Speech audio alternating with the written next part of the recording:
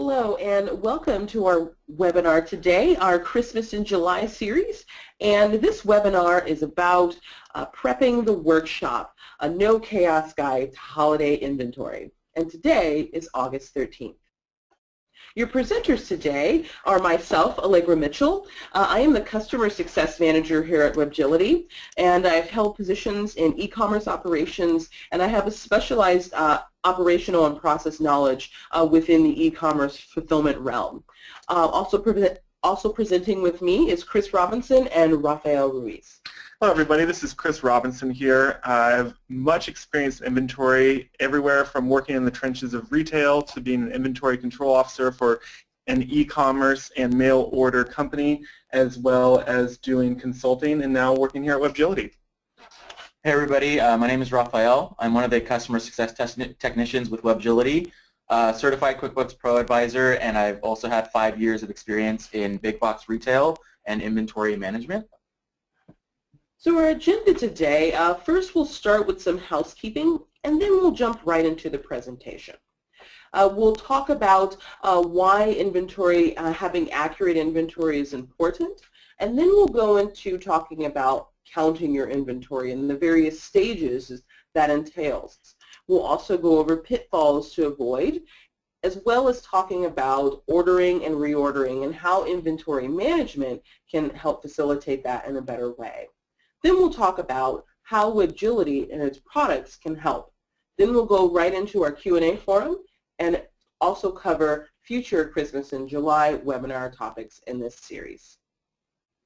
So a bit of housekeeping. All of the attendees are on mute at this time. If you have questions, they can be submitted via the GoToMeeting questions area. Within your GoToMeeting dashboard, you'll see a questions area where those can be submitted. We may also take questions during the presentation, but also the general questions will be addressed during our Q&A forum. If we don't get to your questions, we will try to follow up with you after the webinar. And this webinar is being recorded, and we'll also let you know when it is available for viewing at your leisure. All right, let's get to it. As I mentioned before, building a foundation of inventory management is the key to success for any e-commerce business. Accurate inventory allows you not only to identify problematic operational processes, but creates an environment of checks and balances between your accounting and your warehouse teams. One of the things that is really important is that overselling is one of the most dangerous situations that you can discover, and it can often be very difficult to identify until it has reached a critical level. Building this foundation will give you key insight into how your business is growing and what products are fueling that growth. The counting of inventory usually occurs in stages. These are generalized stages and can be different for your business.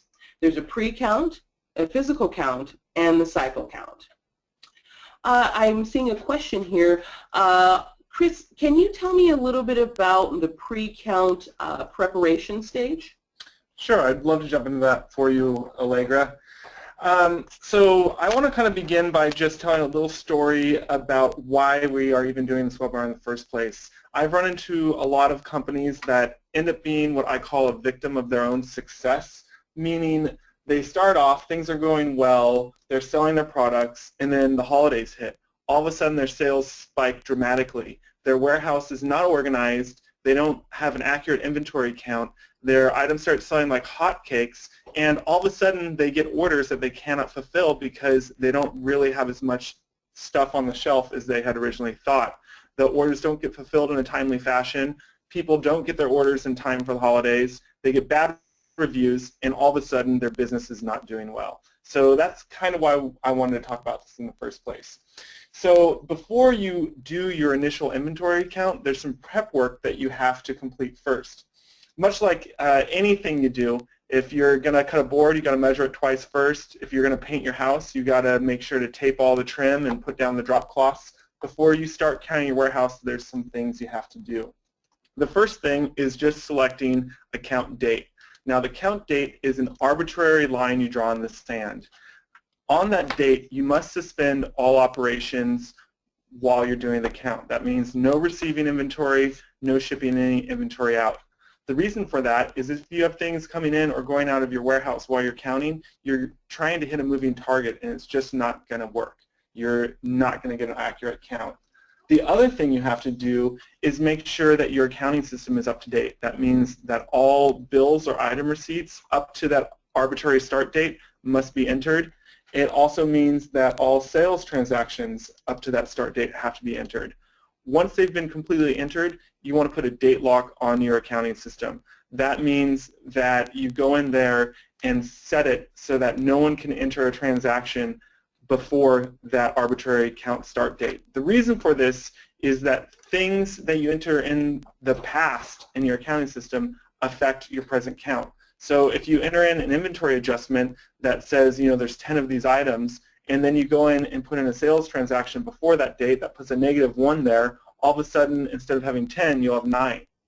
So you have to really abide by whatever that arbitrary date is that you set. Great. Thank you for that advice, Chris. And Rafa, I know that you have experience running a big box store. Can you tell us a little bit about the physical inventory stage? Yeah, absolutely. So, kind of going along with what Chris was talking about, the pre-count really sets you up for success. You really want to make sure that you have everything in line before you actually start your physical count. Now, when you do get to that stage where you're ready to count all of your inventory, you really want to follow a couple of key best practices. Something that I would advise first is really printing out an item list, because you want to let the list drive your inventory, not so much your shelves.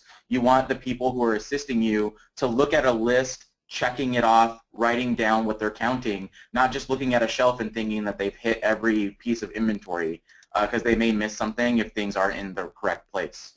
The second thing that I would advise is divide up your departments or your team so that you have different members of, let's say, different departments counting each other's area. You really want some sort of like peer evaluation, so to speak, where you have other employees counting departments that they're not in charge of.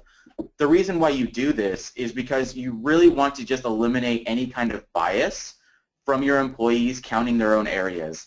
It's kind of like, if you let somebody create their own test, they're gonna pass it with flying colors because they're making up the answers as they're making up the test. So you really want to make sure that you have other people counting for other departments so you can really get an accurate sense of whether or not a department is 100% or not.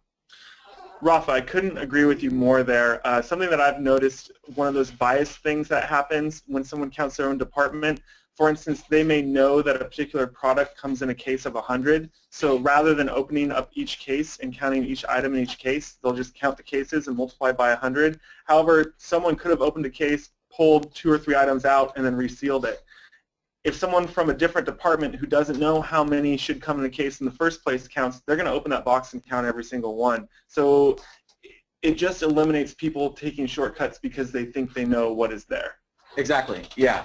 And then again, reiterating the fact, having a printed item or SKU list will always be beneficial. Now, we do kind of, I suggest, and just to give you an example of my past experiences, nowadays with technology, you probably have iPads or some sort of electronic device that probably helps you with tracking inventory. You probably have like some spreadsheets on there that you take with you when you're counting. But I am just in that kind of old school way of liking a printed piece of paper and a pencil. The reason why is because I used to work in a big box store where I had conditions where I couldn't take an electronic device to count my inventory. I had a freezer walk-in cooler that was -10 degrees that I couldn't take an iPad in with me because that iPad wouldn't survive that kind of conditions. So, just kind of take into account the environment of which your business is being run on and really having the tools necessary for your employees to really do their best work.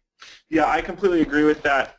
Unless you have a sophisticated barcode scanning system where you scan each item and it counts for you, you really can't beat a clipboard and paper with a printed item list on it. Yeah, and then going forward, so counting your inventory twice, each time by a different team. So What I used to do with my inventory team when we had quarterly inventory counts is I would have two different counts, one done by the original team counting, the second by somebody else that I choose to take a count if the count is off.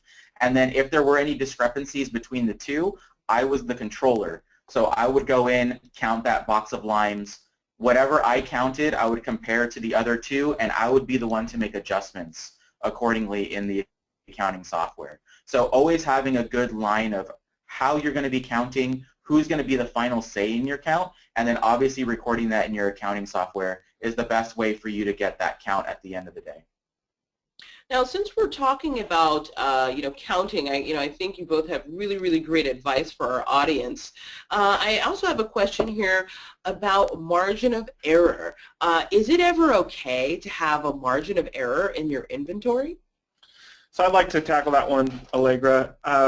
My clients oftentimes have a similar question, like, what's okay for the count to be off? And the answer is 0.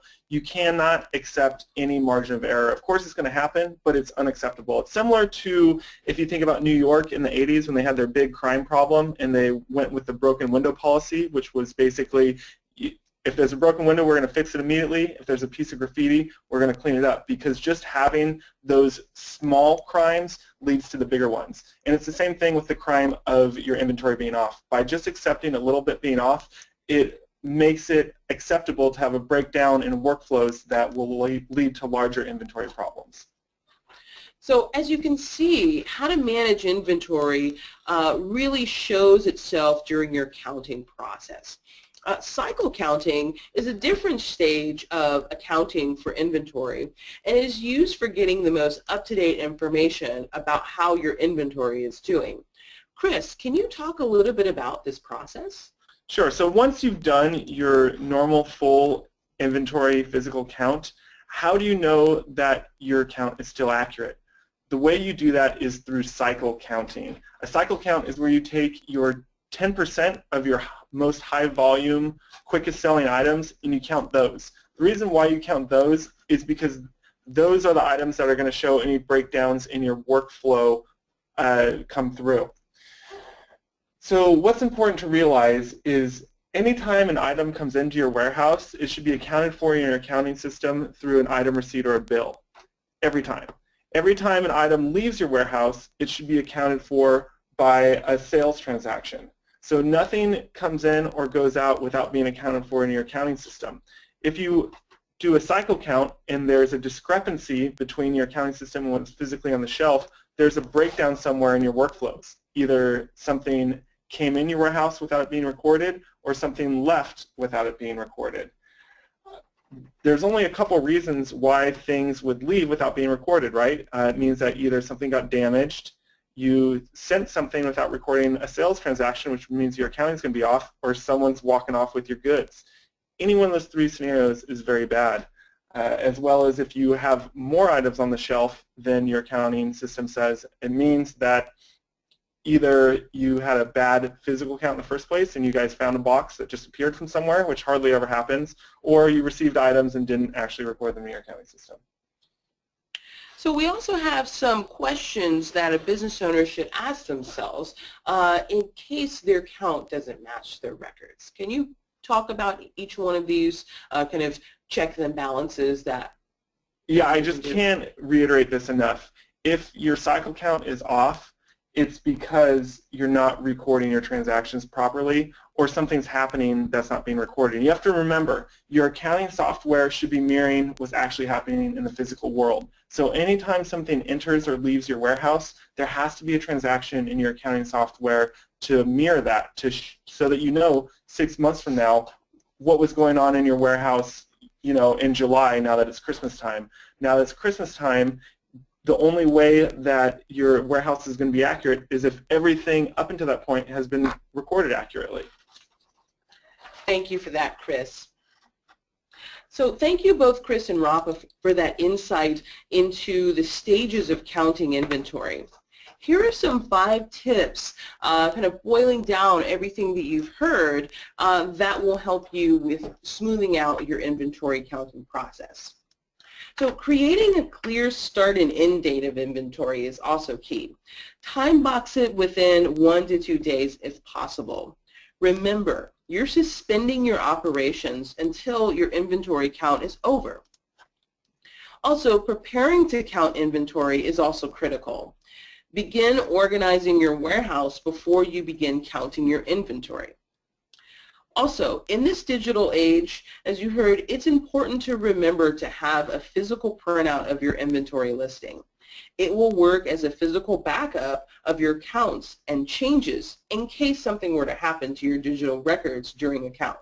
Hey, Allegra, I want to just chime in here and say that because you have to suspend operations while you're doing your physical count, that's something that obviously kind of impacts your business. In my experience, most people do it over the evening, or if they have more stuff to count than that, they may have to do it over a weekend when they're normally not shipping orders.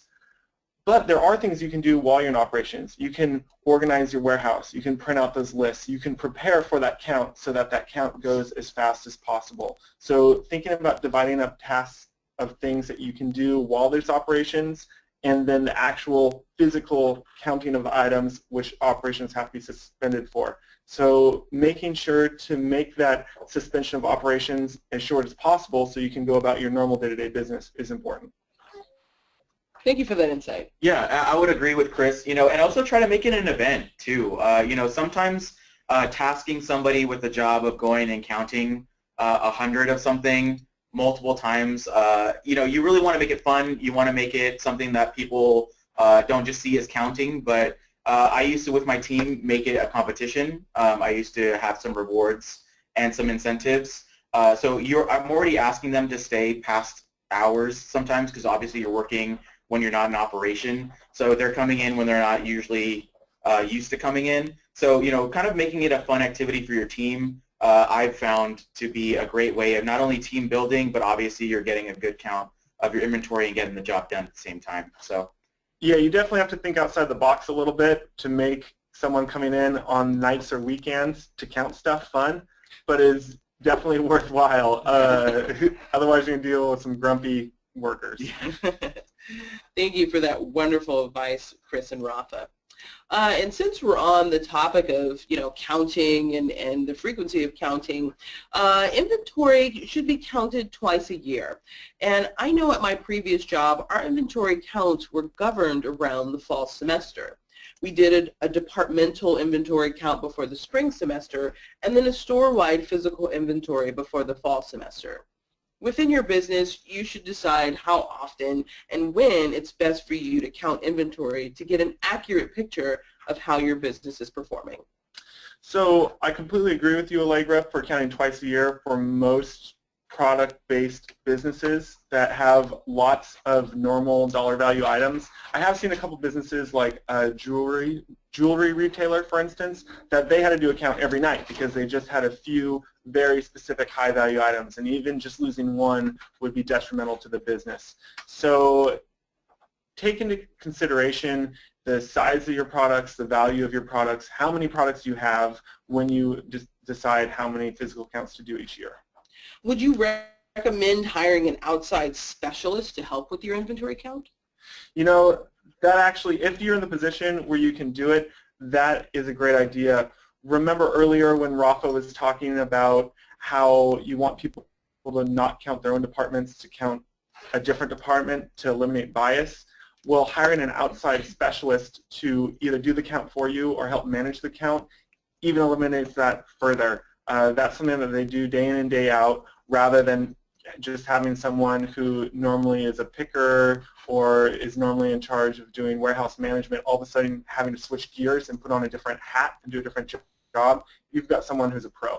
So definitely getting an inventory specialist or an inventory accounting firm, if you can afford it, is going to be a good idea and will help you have your operations suspended for less time. It'll go quicker. Great. In this next area, we'll go into the aspects of pitfalls to avoid in your business processes and operations that can impact your current inventory and make counting a very challenging process. Now, one of the initial pitfalls is not recording returns properly. Not tracking what's going in and what's going out is the fastest way to losing control of your inventory. If you don't know where it is, you can't count it. Another pitfall is naming conventions. Naming conventions of your SKUs is essential to knowing what they are in your warehouse and within your online channels. Lastly, having a disorganized warehouse is the greatest pitfall of them all. You know if your warehouse is disorganized if your warehouse team has to tell you that they can't find a product that's in stock. Now, Chris, can you talk a little bit about returns, since a return has both inventory and accounting aspects to take into account? So earlier I had mentioned that every item going out should be recorded on a sales transaction, and every item coming in should be on a sales receipt or a bill. Well, returns are a whole different ball of wax. Because returns can be handled in so many different ways, there's many different ways of recording them. There's what I like to call 4 different flavors of returns. So one situation could be where you send out a shirt to a customer and they get it and it's the wrong size. There's nothing wrong with the shirt, it's just not exactly what they wanted. So they send the shirt back to you. Okay, well you would create a credit memo to bring that shirt back into inventory and then put a credit on that customer's account. Then you can decide either to create a new invoice when you send the correct size back to the customer, or maybe the customer decides they don't want the shirt anymore and they want a refund, so then you, with that credit, have a refund go to the customer. The other thing that may happen is the customer may get the shirt and it has a hole in it, so it's defective. So they send the shirt back to you, you do the credit memo, it goes into inventory, but now you have to do an inventory adjustment for the damaged item to bring it out of your warehouse because you're just going to throw that in the trash or whatever. Then you also have the decision as to whether you're going to use that credit as a refund or on an invoice for a new shirt out to the customer. So as you can see, there's a couple different ways, or 4 rather, to handle returns, and based on what happens, there's a different way of recording it in your accounting system. Wow, Chris, returns really have an air of complexity, especially accounting for what products are going in and also leaving the warehouse. Now, another key to managing inventory is organizing the SKUs. And organizing SKUs are absolutely essential to inventory management. Rafa, can you talk about the naming conventions of SKUs as an aspect of inventory organization? Yeah, so being part of the customer success team here at WebGility, I'm one of the frontline representatives that assist new businesses that are using ECC, our product. And one of the biggest things that we try to stress to our new clients is naming conventions is probably like the biggest piece that really helps you not only in inventory management, but really in understanding your products across all the different sales channels that you might have. So the biggest piece is having a common SKU that's related across all of your sales channels, excuse me. So sometimes we encounter new businesses who feel like they should have a different SKU for each individual sales channel, which is not really best practice. That's not the way that you should be doing things. You should have a one SKU within your accounting software that identifies a certain item or product, and then having that reflected on Amazon, eBay, your Shopify store, or even Magento or what have you. So really making sure that your SKUs are correct across all your sales channels not only assists you in your business and understanding what your products are across all these different platforms that you're using, but if you're not the only one that's using this, you're kind of creating like this common language that anybody can understand that is incorporated in your business. Some of the situations that we find sometimes are people are using your MPNs that you're receiving from your manufacturers. So MPN stands for your manufacturer part number. What happens here is we don't recommend that you use this number because you obviously don't just have one manufacturer sometimes. So your manufacturers are already using their own language. So the number that they're assigning to a part, that's how they distinguish what that product is. But it's kind of hard for you to incorporate that into your business if you don't know how that series really corresponds to that part. So really like kind of converting and seeing what your product is and creating your own language for that is the best way to do things. The next step is to avoid letting your platforms auto-assign SKU numbers for you. eBay and Amazon are great examples of platforms that auto-assign SKUs. What you can do is for each eBay and Amazon, there are kind of next tier accounts that you can purchase for your Seller Central or for your eBay, where you are then given access to custom fields where you can then implement your own SKUs for your products. And that would obviously assist you with using ECC or even just tracking your products through those sales channels by looking at the SKUs that you implement rather than the item numbers that they're generating for you. And then the next thing, like I said, creating SKUs that make sense for your business. I'll talk about that in the next slide in just a second. And then obviously building your SKUs consistently across products using the same series of letters and numbers to identify key characteristics. Great. Let's take a look at how to create SKUs that make sense for your business. So here we have a table. The title up above is your SKU building logic.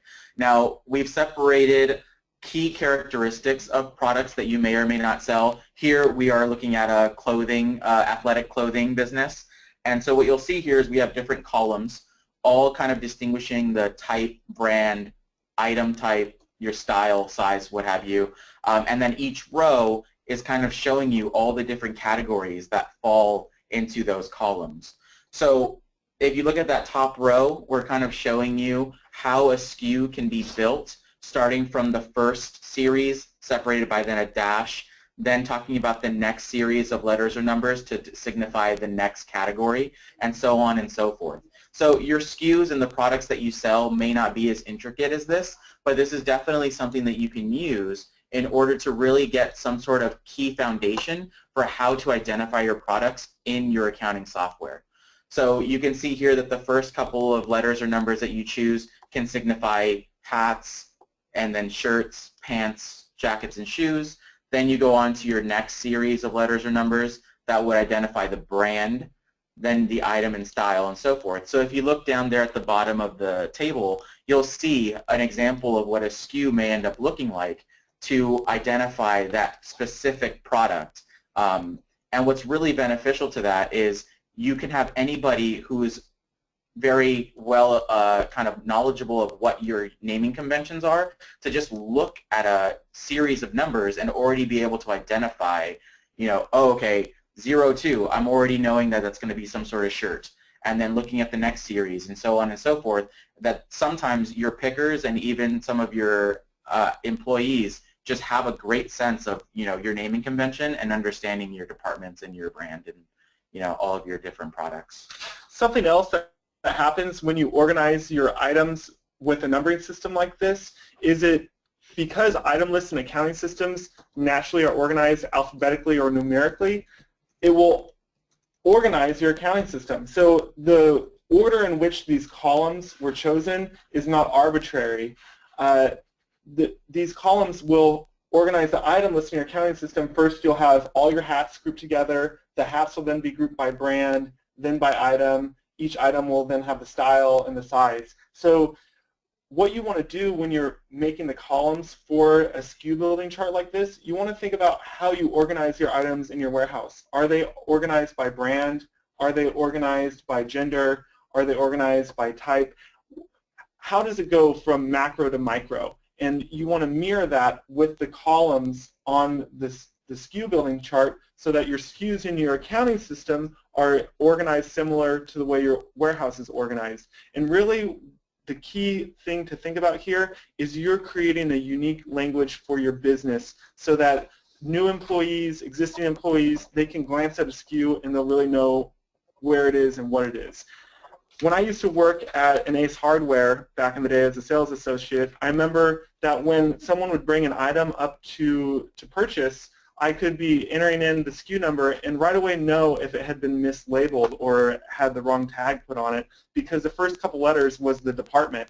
And if I saw, a paint item that had the department number from garden, I'd right away go, oh, hey, maybe someone mistagged this. So it creates a system of checks and balances for your workers to easily identify it. If it's just a random string of numbers, no one's ever going to know if something's mistagged or if something's out of place.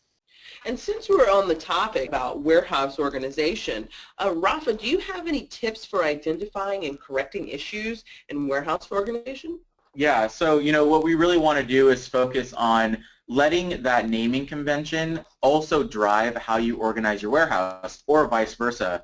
So really making sure that you want the life of whoever's working in your back room or your warehouse to really have a key understanding and sense of where those products are going to be. Some things to take into account is obviously the physical size of your items.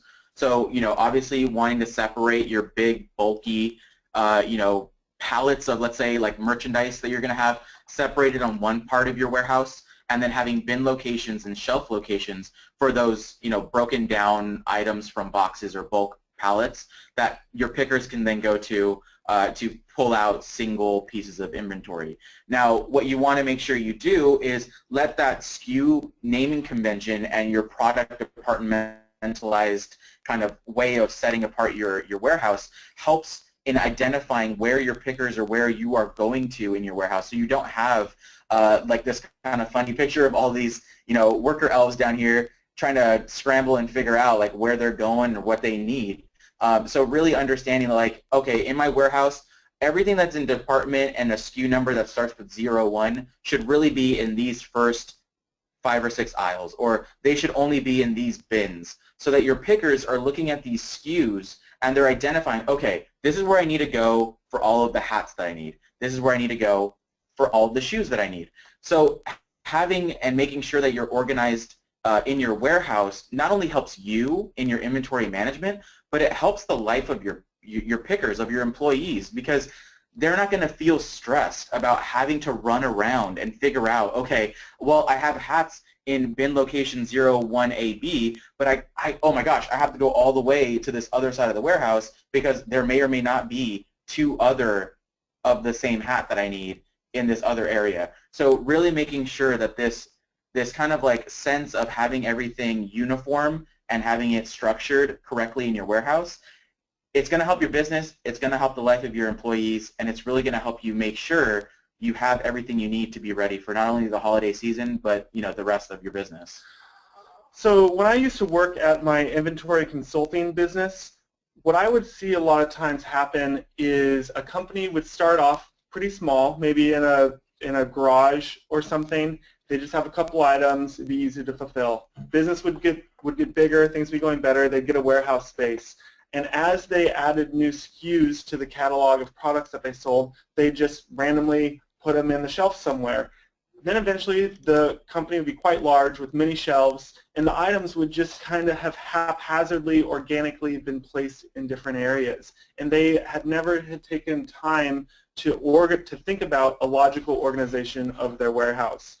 If this is a situation you are finding yourself in, I would highly encourage you to take a minute to think about how the most logical way to organize your shelves would be for your business, so that, like Raphael just mentioned, your pickers can easily find an item that is on their pick ticket. Now, do you have any advice about kind of optimizing warehouse operations, kind of, and organizing it as well? So for the type of business that most e-tailers are, that sell many average-sized items that are about a similar value, the way I've seen it done that tends to be the best is you separate your warehouse into 2 sections. One section is your picking area, where your pickers go to get items to fulfill orders, and your other section is your overstock. So the picking area is organized by shelf, column, and row. Usually you do it number for the shelf, letter for the column, number for the row. This is because everyone's familiar with Excel, and Excel goes letters for the columns, numbers for the rows, and having that letter bookcased by 2 numbers makes it easy for people to quickly identify where they need to go. So the picker will look and see, shelf 2, column B, row 3, and easily be able to get there to get that item immediately.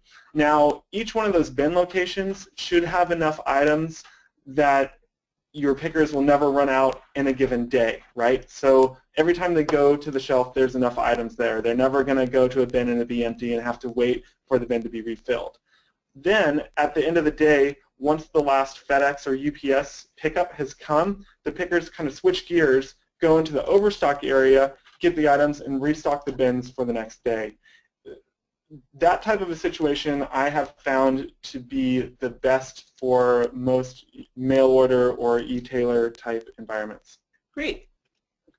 So inventory management and warehouse organization is the foundation to building clear business insight, because you can't count what you can't see, and you certainly can't organize it. Now, understanding the ebb and flow of how your inventory fluctuates will also guide what you reorder and how much of it. Chris, can you talk a little bit about how ordering and reordering works? So kind of like what I was talking about, having that overstock area, you need to have enough items to fill your bins each day so that your pickers have enough items to pick throughout the day without their workflow becoming interrupted. But how do you make sure that you have enough items in overstock at all times? That's setting your reorder points. Now, figuring out what your minimum reorder point is mostly science, but it has a little bit of what I like to call voodoo worked into it as well. The science part is first figuring out what your lead time is for that item. Your lead time is how long it takes a vendor to get the item to you once you submit a purchase order. If your vendor is just down the street, you may be able to get it same day. If your vendor is in China, however, it may take weeks for those items to be manufactured in the factory, to come through customs and get shipped all the way over to your warehouse. So once you know what the lead time is for an item, you need to determine what your turnover is. Your turnover is how many items you sell in that lead time. So if it takes 2 weeks for an item to get to you, how many do you usually sell in those 2 weeks? Do you usually sell 1,000? Do you usually sell 100? That's something you can look through your past sales history to figure out. Now the voodoo part is sales spikes. All items have sales spikes. It may be during your holiday season. Maybe you sell umbrellas and right before wintertime you get a sales spike. Maybe you sell hammocks and right before summertime you get a sales spike. Usually that's something that the business owner or whoever's in charge of the warehouse kind of intuitively knows just based off their gut reaction. So first, you want to calculate your lead time, multiply that by your turnover, and then also add a reserve for sales spikes. And that will give you your minimum reorder point.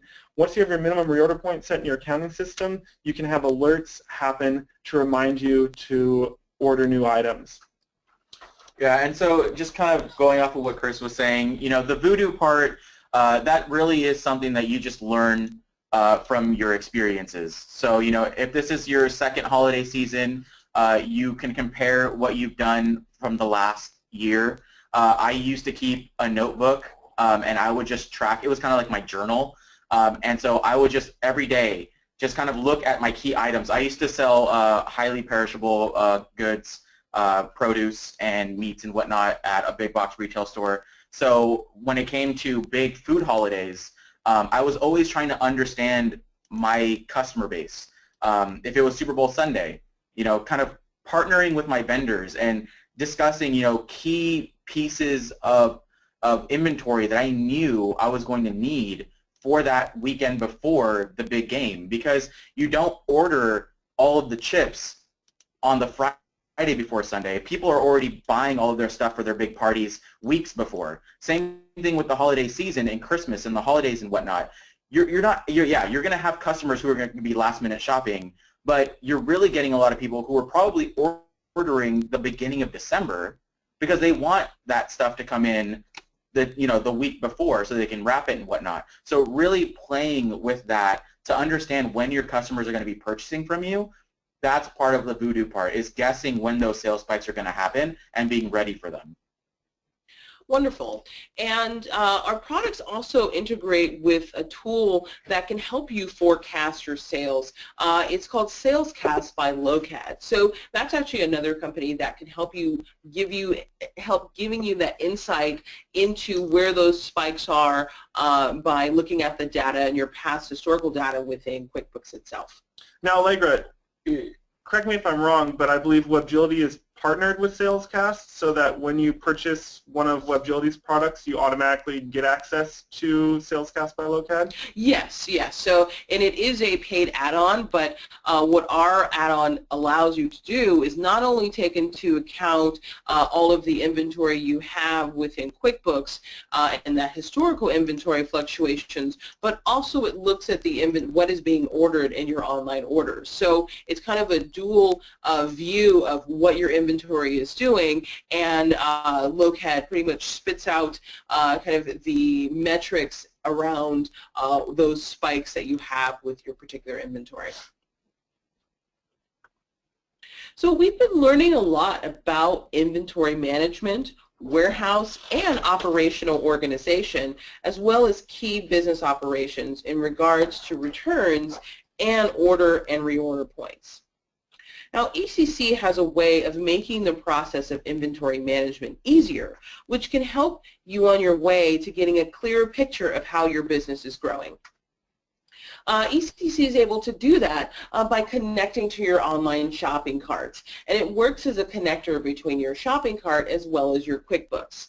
And if you have multiple channels, you're able to manage all the inventory within your multiple channels. And it also automates the sales data into accounting platforms such as QuickBooks, NetSuite, and Xero. And because it does that, it's able to give you the key insight into your financial health, your inventory health, and overall business health, which increases efficiency and accuracy. Now, ECC, we have an offering that can meet every business model. It's able to meet those, integrate with those different business models to help facilitate business insight through the accounting automation. All right, so now we're at our Q&A forum. We've received a lot of questions during the presentation, so we're going to kind of go through those questions and start from there. So we've got a question from Doug.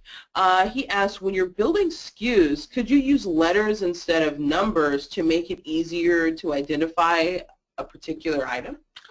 So that is definitely something you can do, Doug. If you want to use letters instead of numbers, that sometimes helps break up the different categories so the numbers don't all run together. Sometimes people use dashes for the same reason. The only thing you want to think about, however, is if you're going to use barcodes or UPC codes, a lot of times those are only numeric. So that may limit you from using letters. Nowadays, they've got the QR codes where you can put any kind of data into that QR, so that may not be much of a limitation for you, but just you want to think big picture with not only where is your business now, but where is it going to be? Are you going to be using UPC or barcodes? And if so, what limitations will you have when using that technology? Yeah, I would also suggest that if you're going to use letters, also think about the way that those SKUs are going to be displayed. I kind of help onboard a lot of our new clients with ECC, and sometimes I run into people who are using SKUs,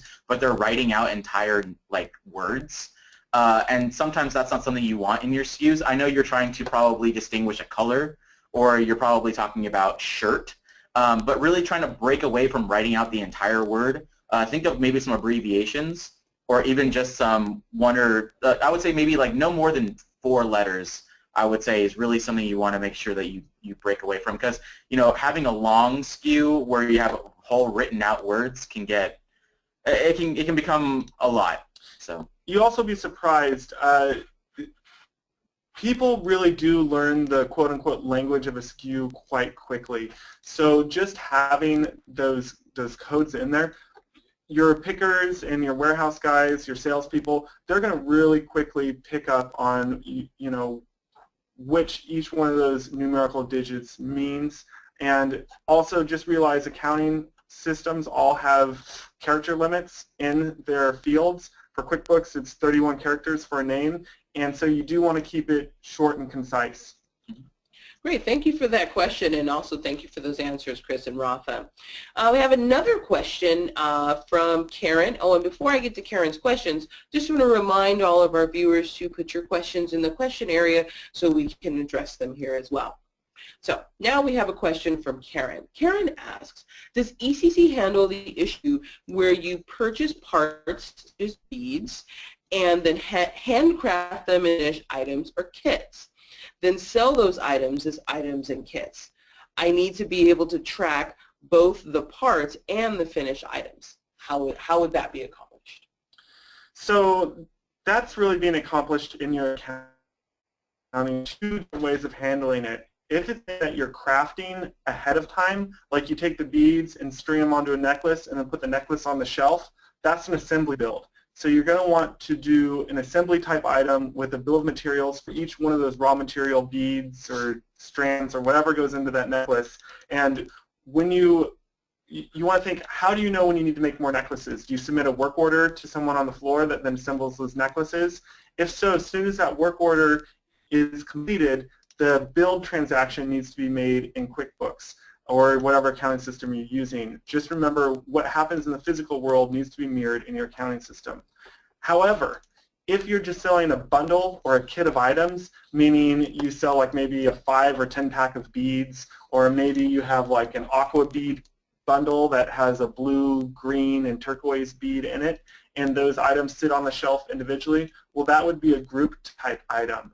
And that is the type of item you would want to make in your accounting system to match that. However, that's being handled in your accounting system. ECC, WebGility's ECC can map that bundle kit item or that finished product over to an assembly or group type, whatever is appropriate. And Karen also has, a follow-up question. Because she sells beads, she literally has hundreds of colors that she works with and uses to build her different beading kits. And each kit can include up to 15 to 20 different parts that can all be tracked. So by structuring the products like that, is she able to have that tracking capability with all of these kind of parts and pieces within these kits? Exactly. It sounds like for the kit, it sounds like you're probably putting the kits together as you get the orders. So I would guess that a group type item would be best for you.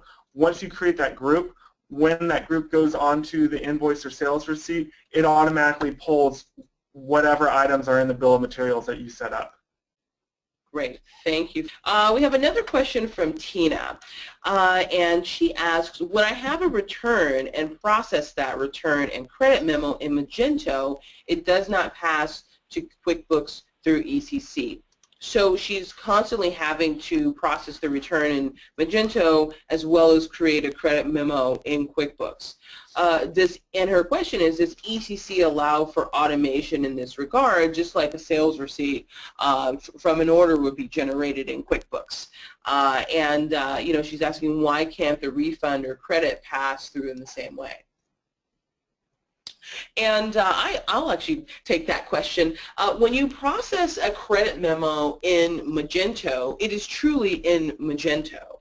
When ECC downloads orders, it's downloading the order information. The credit memo and the returns process within Magento is completely separate from actually having ECC download those orders. Now, a way that you can kind of utilize it at, kind of the two ways, you could still process that refund in Magento because Magento is connected to the payment processor, which is connected to the customer account and can facilitate the return of the money for that particular item.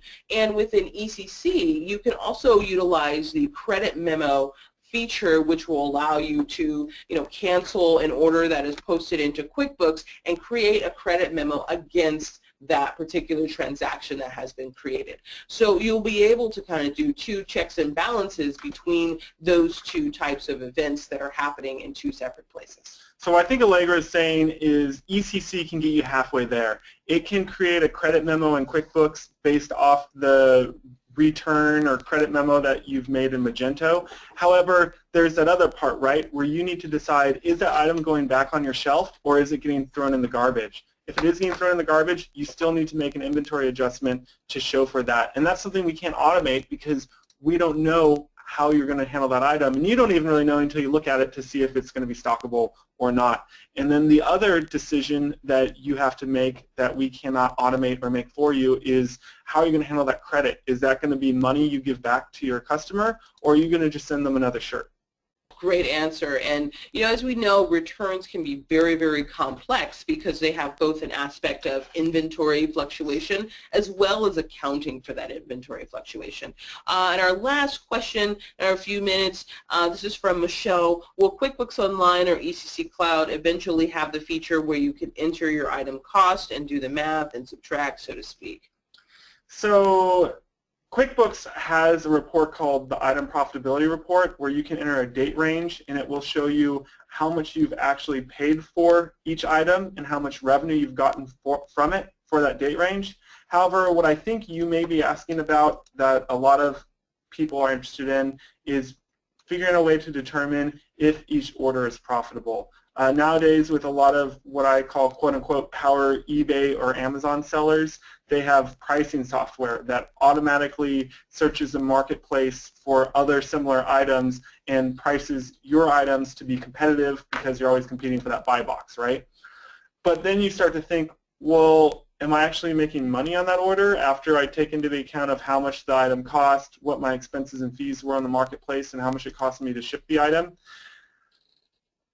Because people want to find that out, their first knee-jerk reaction is to put all those costs as line items on the sales transaction in the accounting software. So they have, the revenue they got from the customer minus expenses and fees, minus item cost, minus shipping costs to figure out if that order is profitable. The problem with that is that it actually goes against the rules of accounting. The whole point of putting a sales receipt or an invoice into your accounting software is to have a record that, Johnny Q customer gave you $100 for this item. If you then record your costs on that same transaction, instead of getting $100 for the item, maybe it's only $50. You're understating your revenue, which is incorrect accounting. I know that WebGility as a company is in charge of a lot of this data that flows both ways. We do see the expenses and fees. We do see the item cost. We do see the shipping cost. So something that we're working towards is having reporting tools within our software that will show you your profitability per item. But I don't want to future trip too much because we only have so many engineers and we're always trying to constantly evolve and make our tool better for our clients. But what is going to be best for the largest swath of clients is always changing. Awesome. Thank you for that, Chris. And thank you all for your questions. Now let's talk about our upcoming webinars in this series. Today we talked about inventory, and the past webinar about prepping your books is available online. Our next two webinars that are coming up are about a guide to adding channels and a paper-cut free guide to streamlining fulfillment. If you'd like to attend, if you'd like to register for those webinars, feel free. We'd love to see you again. And I would like to thank my special guests, Chris Robinson and Rafael Ruiz, for the insight, advice, and the guidance they have brought to you today. No problem. Glad to be here. Always happy to do a webinar with you, Allegra. Thank you, guys. And thank you for joining us for this webinar. You've been a great audience, and we hope to see you again at our future webinars. Thank you all, and have a great day.